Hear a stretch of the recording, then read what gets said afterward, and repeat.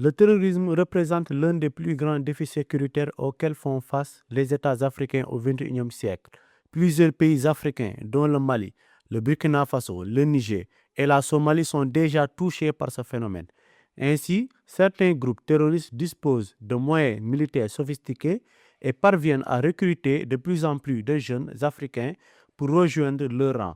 Cependant, une question essentielle se pose. D'où provient l'argent des terroristes? Qui les finance? Où se procurent-ils des armes?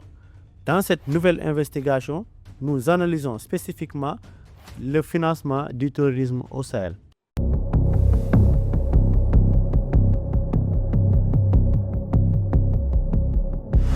Le Sahel est le théâtre d'une insécurité chronique, alimentée par la propagation des groupes djihadistes, les tensions agro-pastorales et l'essor des activités criminelles. En effet, les terroristes profitent de ces crises sécuritaires pour réunir des fonds destinés à leur cause. Pour cela, leurs sponsors recourent à diverses méthodes, telles que le trafic de drogue, le trafic d'armes, le vol de bétail, les prises d'otages et les taxes imposées aux villages sous leur contrôle. Plusieurs paramètres entrent en jeu dans les secrets du financement du terrorisme international. En effet, certains États peinent à arrêter ou limiter les ressources financières dont disposent les terroristes, notamment parce que ces groupes contrôlent indirectement des entreprises. Par ailleurs, il existe différents types d'acteurs, y compris des États qui accueillent des terroristes sur le sol ou autorisent des opérations pour commettre des actes terroristes. À titre d'exemple, en 2024, lors de l'Assemblée générale de l'ONU, l'actuel Premier ministre du Mali, Abdoulaye Maïga, a accusé l'Algérie de soutenir les terroristes, affirmant que des actes terroristes ont été planifiés sur son sol.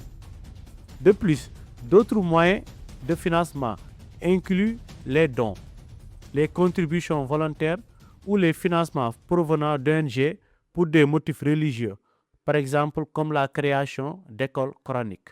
C'est pourquoi les autorités chargées de contrôler les financements du terrorisme ont du mal à détecter les fraudes. La source est souvent légale, provenant d'organismes à but non lucratif reconnus par l'État. En résumé, l'État révèle ses limites dans le contrôle des fonds lorsque la source de financement est licite.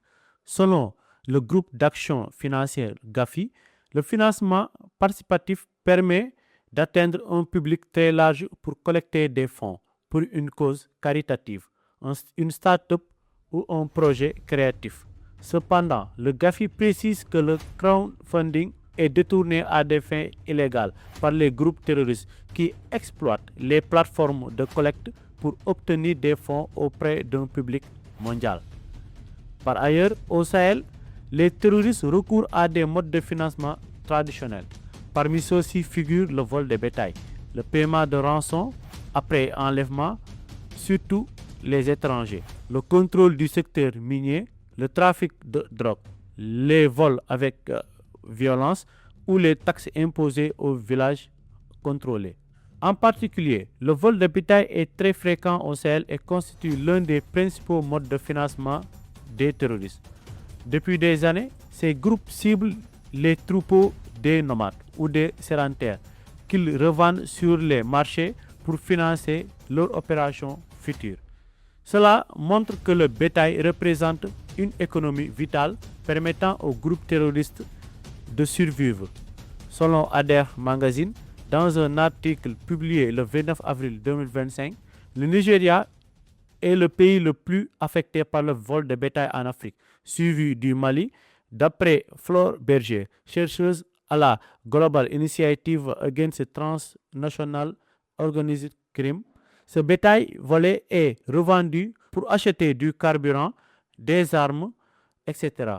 Par ailleurs, selon le GITOC, le GENIM a mis en place des chaînes d'approvisionnement transfrontalières pour le carburant, la nourriture et le financement, utilisant ces circuits logistiques pour blanchir le bétail volé au Sahel. Un autre aspect majeur est l'exploitation illégale de l'or. Les groupes terroristes contrôlent des mines au Sahel et ce commerce illicite génère des milliards de dollars par an. Cet or sort clandestinement des pays comme le Mali ou le Burkina Faso pour être acheminé vers des destinations étrangères, telles que les Émirats arabes unis. Selon un rapport de Suez AID, une ONG suisse, entre 2012 et 2022, les Émirats arabes unis ont importé d'Afrique 2500 tonnes d'or non déclarées à l'exportation.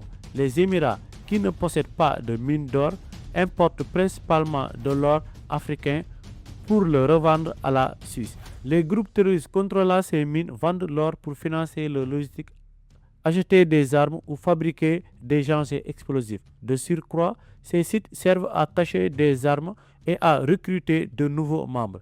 C'est dans ce contexte que les pays de l'Alliance des États du Sahel, AES, mènent une répression accrue contre l'exploitation illégale d'or afin de reprendre le contrôle du secteur minier. Un autre mode de financement est les enlèvements suivis du paiement de rançon. Au Sahel, diverses personnes sont ciblées, hommes d'affaires, éleveurs, cultivateurs, fonctionnaires, militaires ou étrangers, en particulier les Européens.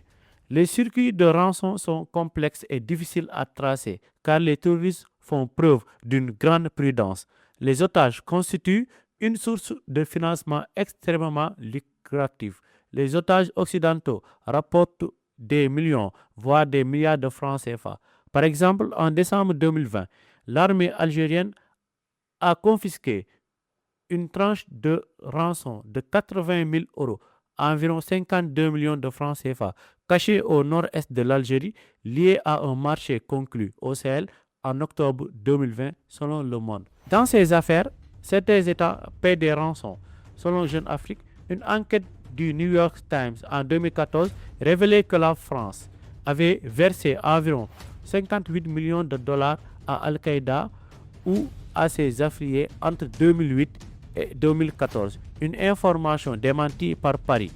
Au Mali, les Émirats arabes unis ont versé 50 millions de dollars pour libérer 3 otages enlevés par le Jénim et des groupes affiliés à Al-Qaïda, dont un général émirati impliqué dans le commerce de l'or et membre d'une famille au pouvoir à Dubaï. Ainsi, le paiement de rançon finance directement les terroristes au Sahel, leur permettant d'acheter des armes, du carburant, de la nourriture et de gérer leurs combattants. En fin de compte, certains États contribuent involontairement au terrorisme par ces paiements. D'autres modes rejoignent cette liste, comme les trafics illicites et les taxes imposées aux villageois. Le trafic de drogue ravage particulièrement le Sahel, avec une relation étroite entre terroristes et cartels. Les groupes armés laissent passer les convois en échange d'armes, de nourriture ou de carburant. Quant aux taxes imposées aux villages contrôlés, de nombreux habitants concluent des accords de non-agression contre paiement. Les terroristes exigent des taxes sur les récoltes, communément appelées zakat. Ces impôts constituent un moteur essentiel du financement du terrorisme au Sahel. Leur machine fiscale ravage les villages. Des émissaires collectent l'argent, le bétail, le riz. Les récalcitrants sont sévèrement réprimés.